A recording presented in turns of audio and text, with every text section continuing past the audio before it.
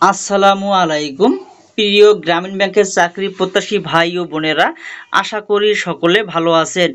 আবারও নতুন একটি বিভাগের রেজাল্ট প্রকাশিত হয়েছে। সেই বিভাগটি কোন বিভাগ, এ টু জেড সম্পর্কিত আজকের এই ভিডিওটি যদি ভালো লেগে থাকে তাহলে অবশ্যই লাইক করতে ভুলবেন না, এবং কোনো কিছু জানার থাকলে অবশ্যই কমেন্ট বক্সে কমেন্ট করে জানাবেন। এবং আপনি যদি আমার চ্যানেলে নতুন হয়ে থাকেন তাহলে অবশ্যই চ্যানেলটি সাবস্ক্রাইব করে বেল বাটনটি বাজিয়ে রাখবেন, যাতে পরবর্তী নোটিফিকেশন সবার আগে আপনি পেয়ে যান। এছাড়া প্রথম ধাপ, দ্বিতীয় ধাপ, তৃতীয় ধাপ, এ টু জেড রেজাল্ট আমার এই চ্যানেলটিতে আপনারা পেয়ে যাবেন। তাহলে চলুন দেখে আসা যাক মেসেজটি, তারপরে আমি বলতেছি যে এটা কোন বিভাগের রেজাল্ট।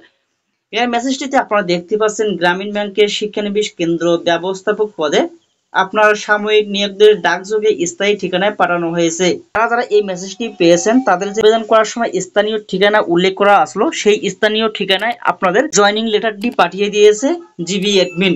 আগামী 1/6/2025 তারিখ সকাল 9টায় সকল শিক্ষাগত যোগ্যতার সনদপত্র, জাতীয় পরিচয়পত্র, মূল কপি ও 2 সেট সত্যায়িত কপি এবং 4 কপি সত্যায়িত রঙিন ছবি সহ গ্রামীণ ব্যাংক প্রশিক্ষণ কেন্দ্র, প্রধান কার্যালয়, মিরপুর 2, ঢাকা 1216 এ যোগদানের জন্য বলা হয়েছে জিবি অ্যাডমিন।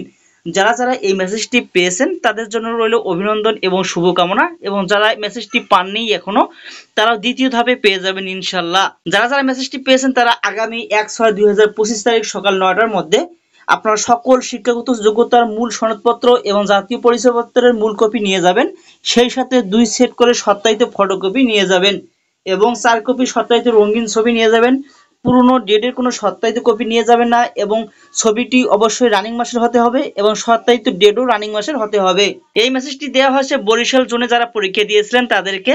পরবর্তীতে কোনো বিভাগের রেজাল্ট প্রকাশিত হওয়ার সাথে সাথে আমি আমার চ্যানেলে আপডেট দিয়ে দেবো। এছাড়াও বরিশাল বিভাগের দ্বিতীয় ধাপের রেজাল্টও আমি আমার চ্যানেলে আপডেট দিয়ে দেবো।